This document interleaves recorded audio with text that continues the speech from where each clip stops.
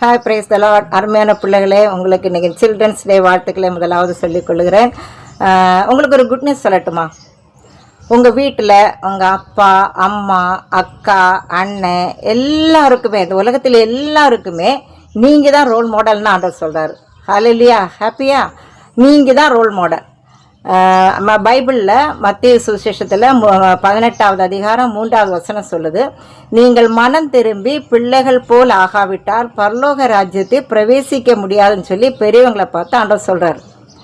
பிள்ளைகளை போல் ஆகாவிட்டால் அப்படின்னா நீங்கள் எப்படி இருக்கணும்? பரலோக ராஜ்யத்துக்குரிய பிள்ளைகளாக இருக்கணும். அப்படின்னா உங்கள்கிட்ட கோபம் இருக்கக்கூடாது, எரிச்சல் இருக்கக்கூடாது, பாவம் இருக்கக்கூடாது. ஆண்டவர் முந்தி அவருடைய ராஜ்யத்தை தேடுகிற பிள்ளைகளாக இருக்கணும். அவரை நல்லா ஆராதிக்கணும், அவருடைய வசனத்தை வாசிக்கணும், கர்த்தருக்கு பிரியமான காரியங்களை நீங்கள் செய்யணும். ஏன்னா நீங்கள் தான் எங்களுக்கு ரோல் மாடல்.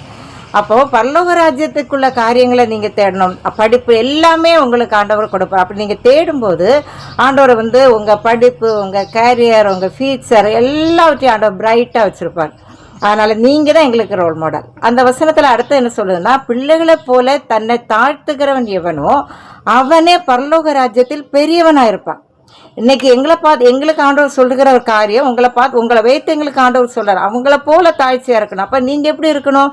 தாழ்ச்சியாக இருக்கணும். அப்படின்னு சொன்னால் அப்பா அம்மாவுக்கு சொல்படி கேட்கணும், அவங்கள கனப்படுத்தணும், பெரியவங்களுக்கு மரியாதை கொடுக்கணும், கர்த்தருடைய காரியத்தில் பிரியமாக இருக்கணும். அப்போது நீங்கள் எங்களுக்கு ரோல் மாடலாக இருக்கும்போது நீங்கள் எப்படி இருக்கணும்? தாழ்ச்சி உள்ள பிள்ளைகளாக, எல்லாரையும் நேசிக்கிற பிள்ளைகளாக இருக்கணும்.